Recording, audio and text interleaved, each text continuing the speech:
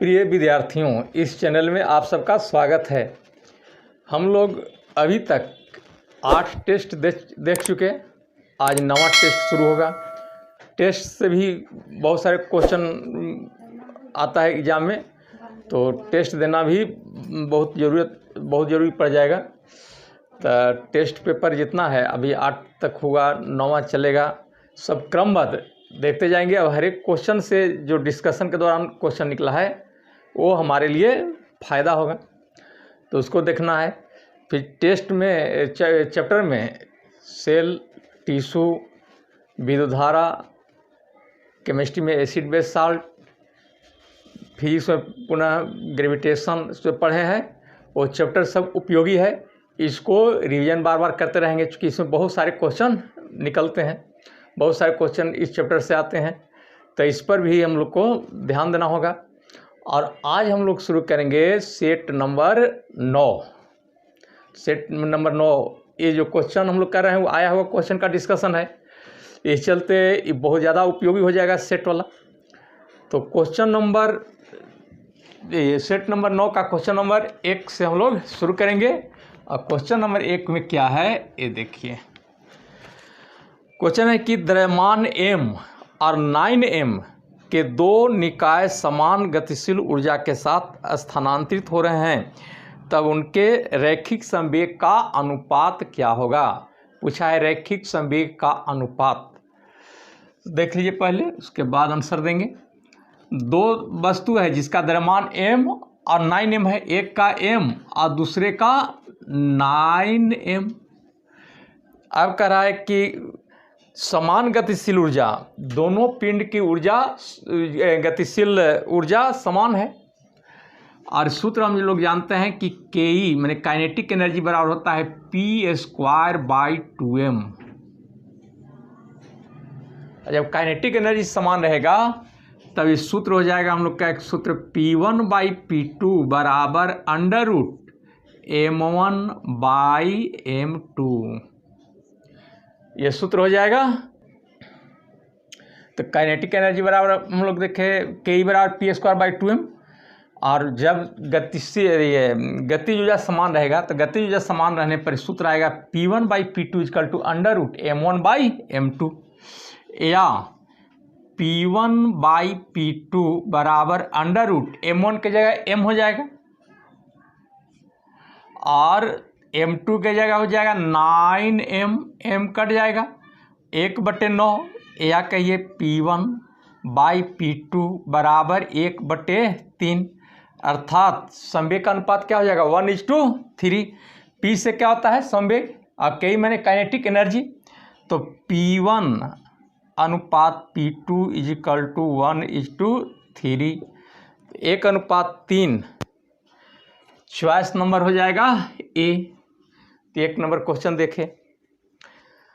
दूसरा number question number 2 कि एक परमाणु की किसी अन्य तत्व के परमाणुओं से बंधे होने पर इलेक्ट्रॉन को अपनी ओर खींचने की प्रवृत्ति को क्या कहते हैं।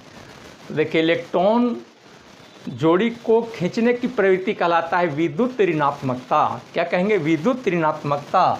यानी आंसर हो जाएगा 2 का ए। विद्युत ऋणात्मकता को इंग्लिश में कहते हैं इलेक्ट्रोनिगेटिविटी। विद्युत ऋणात्मकता, इलेक्ट्रोनिगेटिविटी। और विद्युत ऋणात्मकता सबसे अधिक है फ्लोरीन का, फ्लोरीन यानी F। विद्युत ऋणात्मकता पूछता है सबसे अधिक फ्लोरीन में। एक होता है आयनन विभव, होता है किसी गैसीय परमाणु से एक इलेक्ट्रॉन निकालने में जितनी ऊर्जा की आवश्यकता होती है वह कहलाता है आयनन विभव। तो सबसे ज़्यादा आयनन विभव होता है हीलियम का। एक होता है इलेक्ट्रॉन बंधुता, उसमें है कि किसी गैसीय परमाणु में एक इलेक्ट्रॉन प्रवेश कराने पर जितनी ऊर्जा मुक्त होती है वह कहलाता है इलेक्ट्रॉन बंधुता, इलेक्ट्रॉन एफिनिटी। और सबसे अधिक इलेक्ट्रॉन एफिनिटी होता है क्लोरीन का। ये क्वेश्चन तीनों पूछते रहता है, ले तीनों पर हम लोग ध्यान रखेंगे। तो ये क्वेश्चन नंबर 2 देखें। अब देखते हैं क्वेश्चन नंबर 3 नंबर क्वेश्चन 3 में है कि CO2 के सापेक्ष आणविक द्रव्यमान क्या होगा। तो CO2 मतलब कार्बन डाइऑक्साइड, इसका आणविक द्रव्यमान चलिए कार्बन का होता है 12 और ऑक्सीजन का 16 दूनी 32 12 44 ना, यू में दिया मैंने कि यूनिट 44 यूनिट हो गया। आंसर इसका बी, आंसर इसका हो गया बी। 3 क्वेश्चन देखें। अब देखते हैं क्वेश्चन नंबर 4, चौथा क्वेश्चन देखेंगे हम लोग।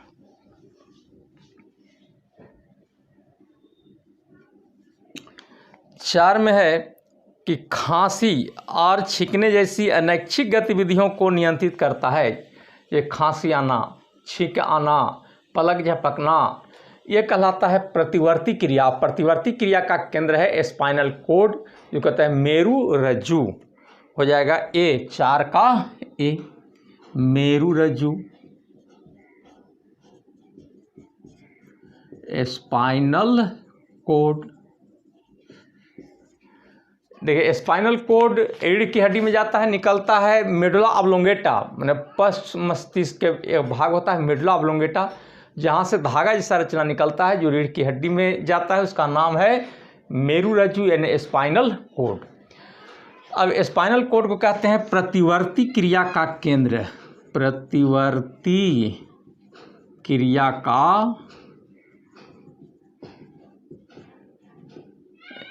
रिफ्लेक्स एक्शन, प्रतिवर्ती क्रिया को कहते हैं रिफ्लेक्स एक्शन, रिफ्लेक्स एक्शन।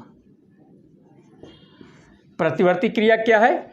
तो प्रतिवर्ती क्रिया के बारे में इस प्रकार कहेंगे कि वैसी क्रिया जो शीघ्र एवं अनैच्छिक हो प्रतिवर्ती क्रिया कहलाती है। जैसे पलक झपकना, छींके आना, ये छींकना, खांसना, यह हो जाएगा क्या? प्रतिवर्ती क्रिया। मुंह से लार निकलना, ये सब प्रतिवर्ती क्रिया का उदाहरण है। प्रतिवर्ती क्रिया होता है शीघ्र और अनैच्छिक। अनैच्छिक मतलब होता है हमारे इच्छानुसार नहीं, हमारी इच्छानुसार जो काम न होता है वो कहलाता है अनैच्छिक। और क्विक एक्शन में तुरंत, जैसे कोई व्यक्ति अगर आपके ओर कंकड़ फेंकता है तो कंकड़ फेंकने के पहले ही आँख झपक जाता है, पलक झपक जाता है, तो ये क्विक एक्शन हुआ। तो क्विक एक्शन में शीघ्र अनैच्छिक। कहीं इमली या आम का नाम सुनते मुंह में पानी आ जाता है, तो एक क्विक एक्शन हुआ, तो मुंह में लार आना क्या? प्रतिवर्ती क्रिया हुआ। अब प्रतिवर्ती क्रिया का केंद्र कहाँ हो जाएगा? मेरुरज्जु, यानी यहाँ से प्रतिवर्ती क्रिया नियंत्रित होता है। तो ये देख रहे थे हम लोग 4 का ए। अब देखेंगे 5 नंबर, क्वेश्चन नंबर 5 में है कि क्विक लाइम का रासायनिक सूत्र क्या है। क्विक लाइम को कहते हैं कली चूना, कली चूना, इसको इंग्लिश में कहते हैं क्विक लाइम। इसका नाम है कैल्शियम ऑक्साइड, CaO। तो 5 का हो जाएगा CaO यानी डी नंबर चॉइस। उसी तरह एक बुझा हुआ चूना होता है, बुझा हुआ चूना,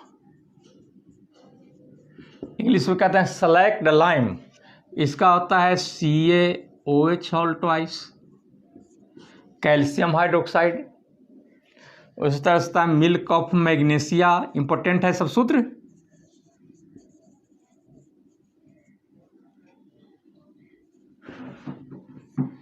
इसका हो जाएगा MgOH whole twice, chemical name इसका हो गया मैग्नीशियम हाइड्रोक्साइड।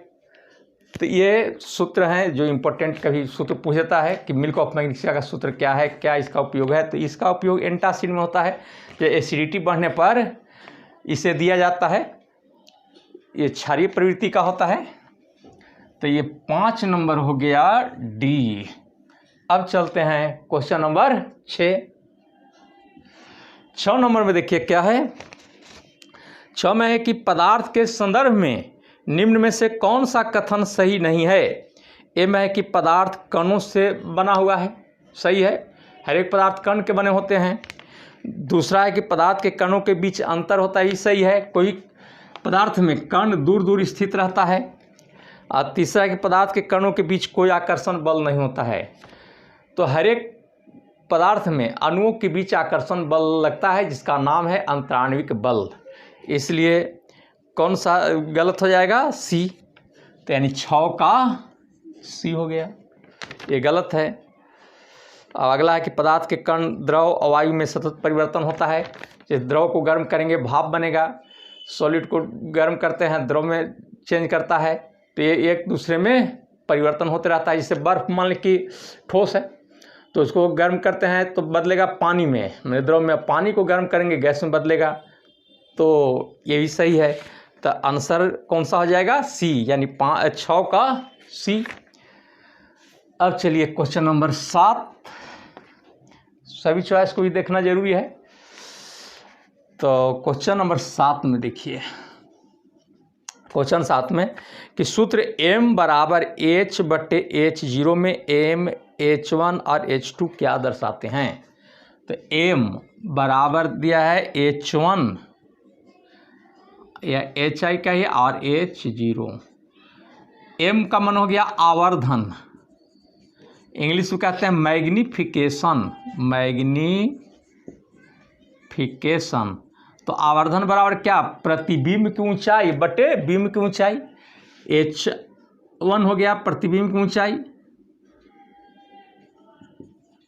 प्रतिबिंब की ऊंचाई बटे H हो गया बिंब की ऊंचाई। तो आवर्धन बराबर प्रतिबिंब की ऊंचाई बटे बिंब की ऊंचाई। तो आवर्धन का कोई मात्रक नहीं होगा, क्योंकि ऊंचाई है, नीचे भी ऊंचाई है ना। तो मान ली मीटर में माप रहे हैं तो मीटर मीटर क्या होगा? कट जाएगा। इसलिए आवर्धन का कोई मात्रक नहीं होता है, आवर्धन का कोई मात्रक यानी यूनिट कोई मात्रक नहीं होता है।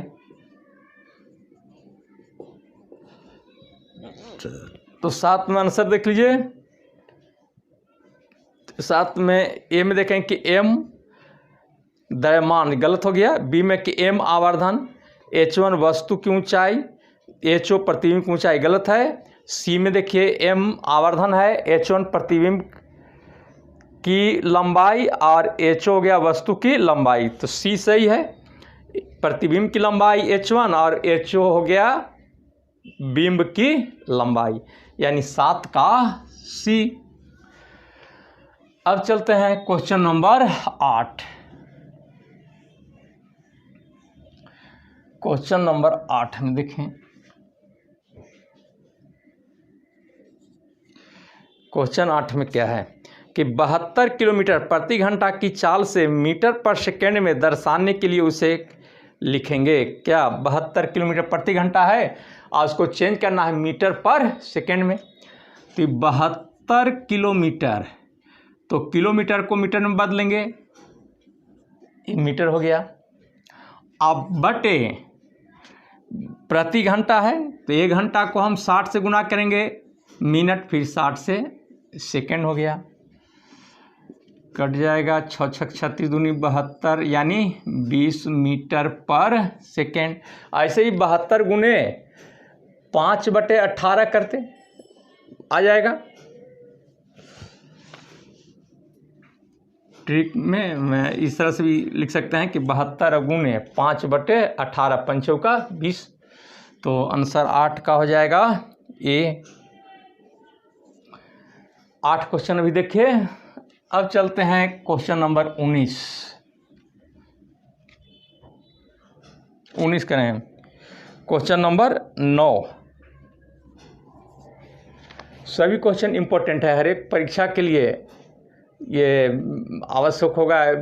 टेस्ट दरोगा, सिपाही, NTPC, ग्रुप डी, कोई भी एग्ज़ाम दे रहे हैं, जनरल सभी परीक्षा में ये काम करेगा। क्वेश्चन सब आया हुआ है, इसलिए काफ़ी इम्पोर्टेंट है, इसको देखते जाएंगे। तो हम लोग 9 में देखें कि यदि विद्युत धारा Q और समय t दिया गया है तो विद्युत धारा का सूत्र क्या होगा? विद्युत धारा ने क्या I, तो I बराबर क्या होता है? Q/T। Q बड़ा से लिखें, माने कैपिटल लेटर में चाहे स्मॉल में। तो I बराबर Q/T, जहाँ I को कहेंगे इलेक्ट्रिक करंट यानी विद्युत धारा, क्यू चार्ज यानी आवेश, इसको इंग्लिश में कहते हैं चार्ज, और टी हो गया समय। तो 9 का आंसर कौन सा आ जाएगा? Q/T यानी सी हो गया 9 नंबर में। अब क्वेश्चन आगे देखेंगे 10 नंबर क्वेश्चन क्या है। क्वेश्चन नंबर 10 में है कि तार का प्रतिरोध खाली जगह है के व्युत्क्रम अनुपात में होता है। तो आप जानते हैं कि तार की लंबाई बढ़ाएंगे तो प्रतिरोध बढ़ेगा, ताप बढ़ाने पर प्रतिरोध बढ़ता है ना, अनुप्रस्थ काट का क्षेत्रफल बढ़ाने पर प्रतिरोध घटता है, यानी R प्रोपोर्शनल 1/A। हम लोग विद्युत धारा में देख चुके हैं, विद्युत धारा का भी टॉपिक बहुत बढ़िया था, इसको बार बार रिवीजन में रखेंगे चैप्टर को। विद्युत धारा, गुरुत्वाकर्षण चल रहा है फिजिक्स में, सब इम्पोर्टेंट टॉपिक है। एसिड बेस साल्ट केमिस्ट्री का, बायोलॉजी में टिश्यू सेल, ये सब उपयोगी चैप्टर है। और पूरा चैप्टर पढ़ने के बाद क्वेश्चन उसमें कहीं नहीं छूटेगा और आसानी से आप सेट को बना पाएंगे। इसलिए हर एक वीडियो को आप देखते जाएंगे और उससे कुछ सीखते जाएं। तो 10 नंबर में है तार का प्रतिरोध किसका व्युत्क्रम? तो अनुप्रस्थ काट का क्षेत्रफल का व्युत्क्रम। व्युत्क्रम माने उल्टा, यानी R रेजिस्टेंस हो गया, मतलब प्रतिरोध, और A हो गया क्रॉस सेक्शन एरिया, जिसको कहते हैं अनुप्रस्थ काट का क्षेत्रफल।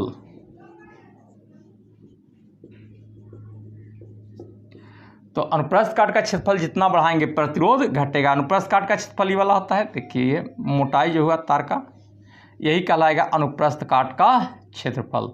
तो ये तार मोटा रहेगा तो आसानी से इलेक्ट्रॉन प्रविष्ट करेगा, ये आपस में टकराएगा नहीं। लेकिन पतला तार रहेगा तो इसमें जो इलेक्ट्रॉन देंगे वो आपस में टकराएगा। टक्कर का मन होता है प्रतिरोध, जहाँ टक्कर ज़्यादा लगेगा प्रतिरोध ज़्यादा होगा, टक्कर कम लगेगा प्रतिरोध कम होगा। इसलिए यहाँ कौन सा आंसर हो जाएगा? तो अनुप्रस्थ काट का क्षेत्रफल यानी हो जाएगा डी, 10 का डी। अब चलते हैं क्वेश्चन नंबर 11। क्वेश्चन नंबर 11 देखेंगे। 11 में है कि एक ध्वनि स्रोत 400 हर्ट्ज आवृत्ति और 2.5 मीटर तरंग दैर्ध्य की तरंगें भेजता है, तो ध्वनि तरंग की चाल क्या होगी? चाल यानी भी, और भी बराबर होता है n लैम्डा, जहाँ भी को कहेंगे वेग या चाल, n हो गया आवृत्ति यानी फ्रीक्वेंसी, और लैम्डा हो गया तरंग दैर्ध्य यानी वेवलेंथ, कहेंगे वेवलेंथ। तो हमको निकालना क्या है? चाल निकालना है। तो v बराबर आवृत्ति दिया हुआ है 400 हर्ट्ज और तरंग दैर्ध्य 2.5, तो ये हो जाएगा कितना? 1000 मीटर पर सेकेंड, 1000 मीटर पर सेकेंड, अर्थात चॉइस हो जाएगा ए, 11 का ए। 11 नंबर क्वेश्चन देख लिए। अब देखेंगे हम लोग 12 नंबर का। 12 नंबर में देखें कि मानव शरीर में उर्वरीकरण की प्रक्रिया कहाँ होती है? उर्वरीकरण कहा जाता है फर्टिलाइजेशन एंड निषेचन को, और निषेचन की क्रिया होता है ओविडक्ट में या फैलोपियन ट्यूब में, यानी आंसर हो जाएगा बी। निषेचन यानी फर्टिलाइजेशन, फर्टिलाइजेशन कहते हैं नर युग्मक और मादा युग्मक के मेल को हम लोग कहेंगे निषेचन या फर्टिलाइजेशन। और फर्टिलाइजेशन को ही हिंदी में उर्वरीकरण भी कहते हैं, निषेचन कहते हैं। तो नर युग्मक जो मेल गैमिट कहते हैं, मेल गैमिट, एवं मादा युग्मक फीमेल गैमिट, नर युग्मक एवं मादा युग्मक के मेल को निषेचन कहते हैं। निषेचन उर्वरीकरण, फर्टिलाइजेशन।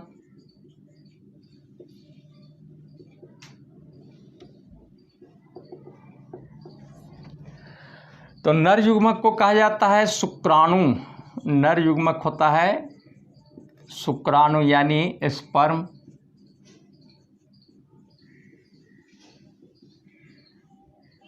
इसमें क्रोमोसोम की संख्या 23, 23 गुणसूत्र। गुणसूत्र माने क्रोमोसोम। और मादा युग्मक फीमेल गैमेट, मादा युग्मक कहते हैं फीमेल गैमेट। ये इसमें होता है ओवम। मादा युग्मक ओवम को कहते हैं ओव्यूम। ओवम माने अंडाणु। इसे भी 23 क्रोमोसोम। और ये शुक्राणु अंडाणु मिलता है, इसको हम लोग क्या कहे, निषेचन। निषेचन की क्रिया कहाँ, तो फैलोपियन ट्यूब में। फैलोपियन ट्यूब या इसी का दूसरा नाम है ओविडक्ट माने अंडवाहिनी, अंडवाही नलिका, ओविडक्ट। इसको अंडवाहिनी नलिका भी कहते हैं या डिम्बवाहिनी नलिका कहते हैं या फैलोपियन ट्यूब कहते हैं। तो निषेचन की क्रिया फैलोपियन ट्यूब में होता है, बहुत उपयोगी है। और शुक्राणु का निर्माण अगर पूछेगा कि कहाँ होता है, तो शुक्राणु टेस्टिज में बनता है। टेस्टिज यानी वृषण। और अंडाणु का निर्माण ओवरी में होता है, ये भी इम्पोर्टेंट है। तो ये 12 नंबर क्वेश्चन देख रहे थे। और अब देखेंगे क्वेश्चन 13 में है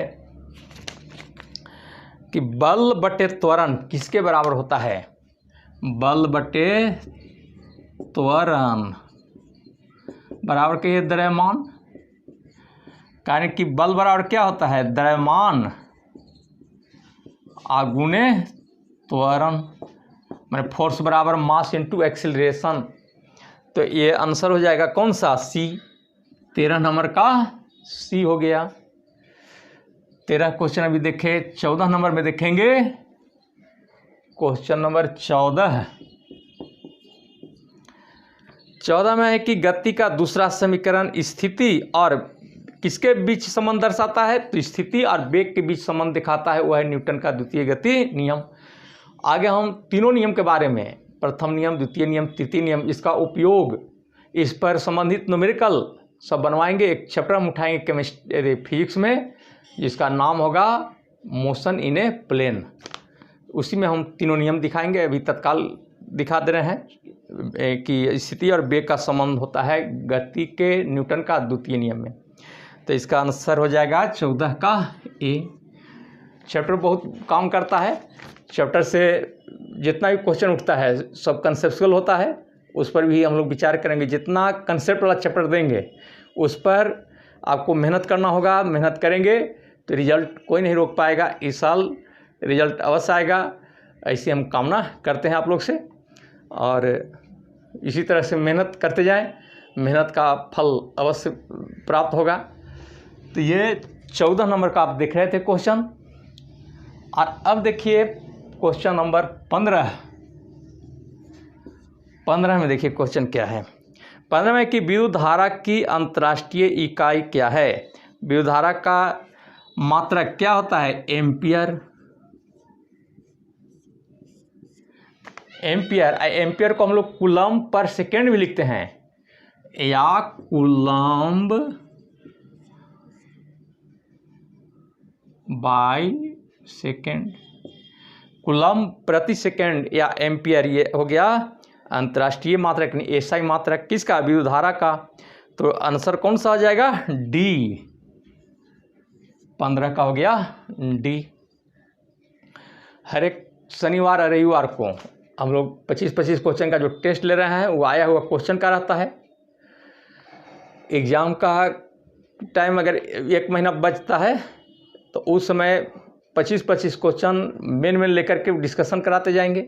हर एक दिन टेस्ट कर देंगे ना, उसको हम लोग ढंग से देखते जाएंगे और उसका हम लोग फ़ायदा उठाते जाएंगे। ये कंसेप्ट वाला चैप्टर जितना है वो भी हम आपको सामने रखेंगे, क्योंकि कंसेप्चुअल चैप्टर जो जिससे क्वेश्चन पूछा जाता है ना, वो चैप्टर आपके सामने रखेंगे जिससे कि कंसेप्ट बने और क्वेश्चन आपको छूटे नहीं, हर एक क्वेश्चन आपसे बन जाए। तो ऐसा हम लोग प्रयास करेंगे, मेहनत करेंगे।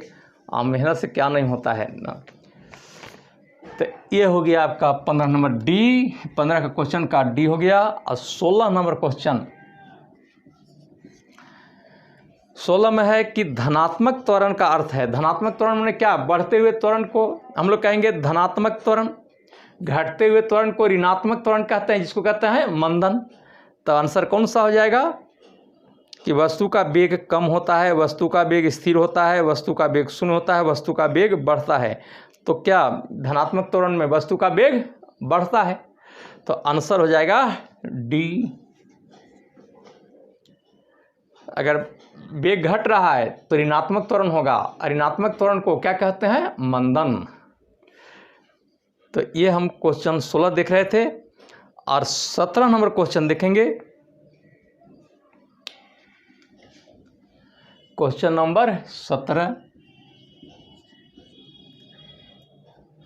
17 में कि 5.5 किलोवाट घंटा कितने जूल के बराबर होता है।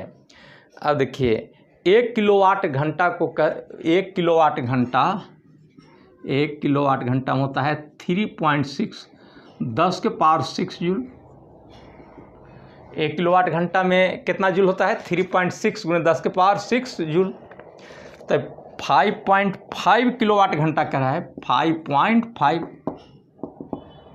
तो ये कितना हो जाएगा 3.6 10 के पावर 6 गुणे 5.5। ये गुना कर देंगे, गुना करके आएगा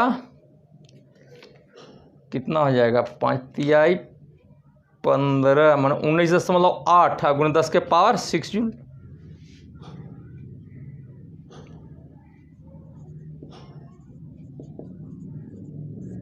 इतना जूल हो गया, गुना कर देंगे इसमें।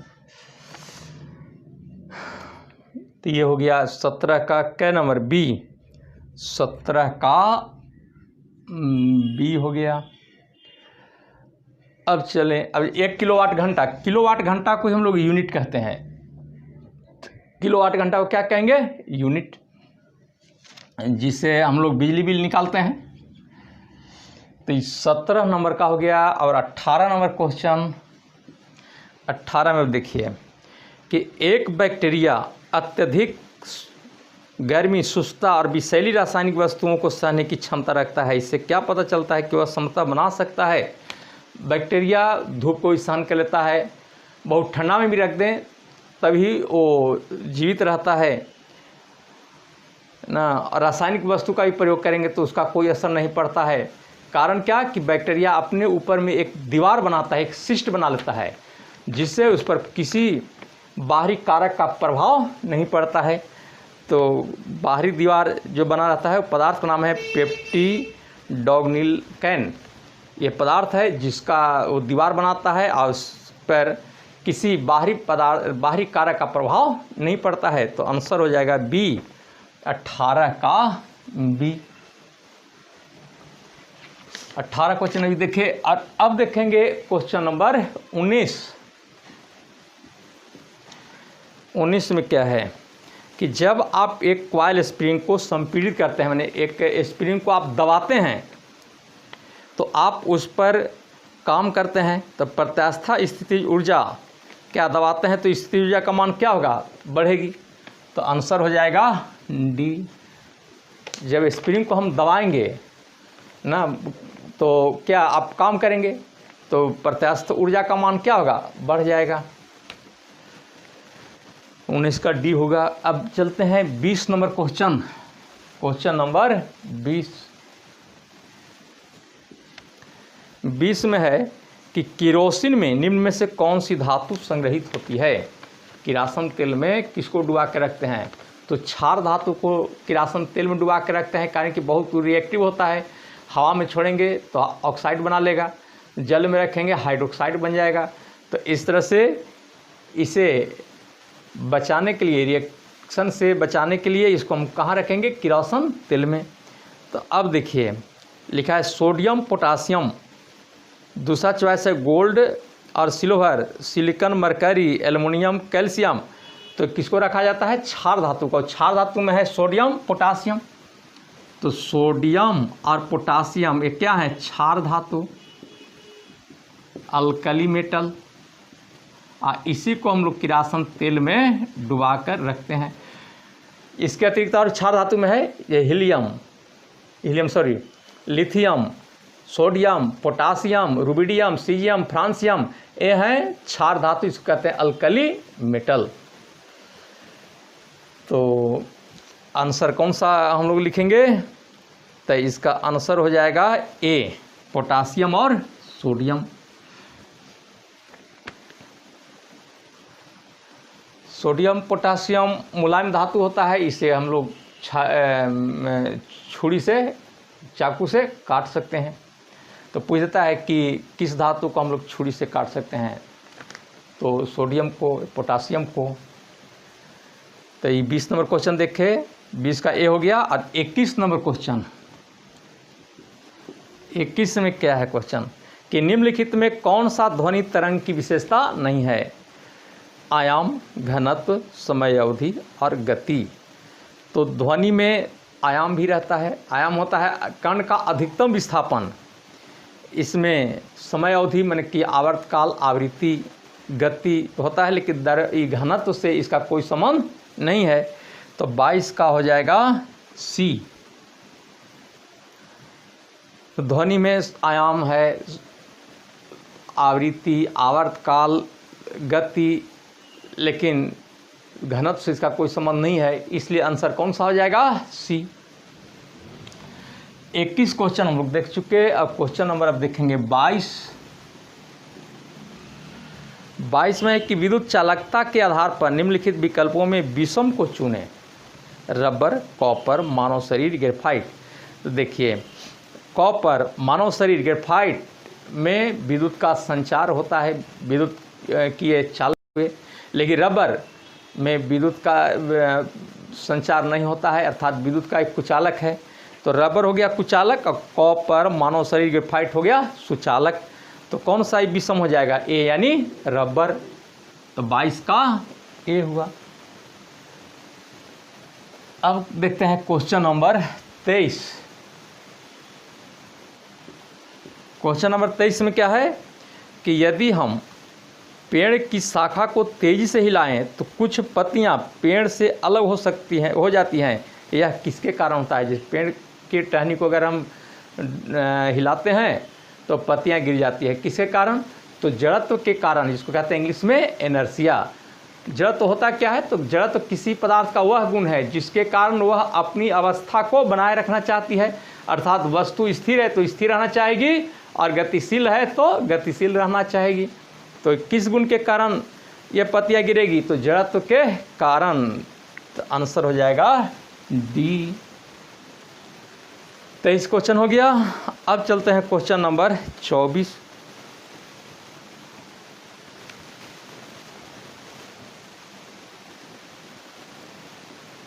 क्वेश्चन नंबर 24 में है कि निम्न में से कौन सी मात्रा चाल के साथ इसकी गति निर्दिष्ट करती है।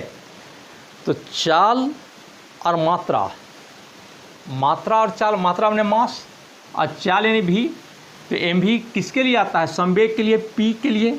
तो पी हो गया संवेग, एम मात्रा या द्रव्यमान, अब भी चाल या वेग। तो ये संवेग बराबर होता है द्रव्यमान गुने वेग, मैंने मास गुने वेलोसिटी। तो आंसर कौन सा आ जाएगा, बी, 24 का बी। और लास्ट क्वेश्चन 25 नंबर।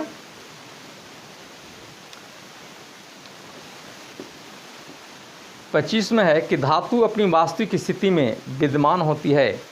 धातु कह रहा है वास्तविक स्थिति में, तो ये फ्री में रहेगा।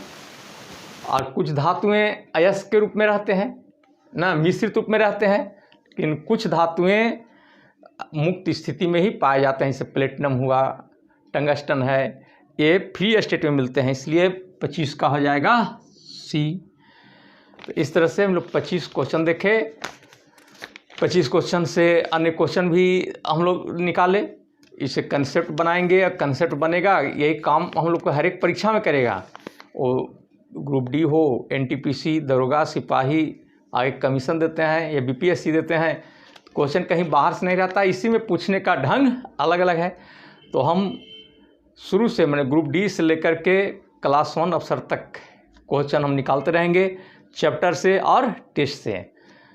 तो आप मेहनत जारी रखेंगे, परीक्षा तक मेहनत अवश्य करेंगे, जिससे सिलेक्शन होगा ना, आप अच्छा करेंगे, मेरा भी नाम होगा ना। इसके लिए आपको मेहनत हमेशा जारी रखना होगा और आपकी सफलता के लिए हम कामना करते हैं। फिर अगला मिलेंगे टेस्ट में। Thank you very much.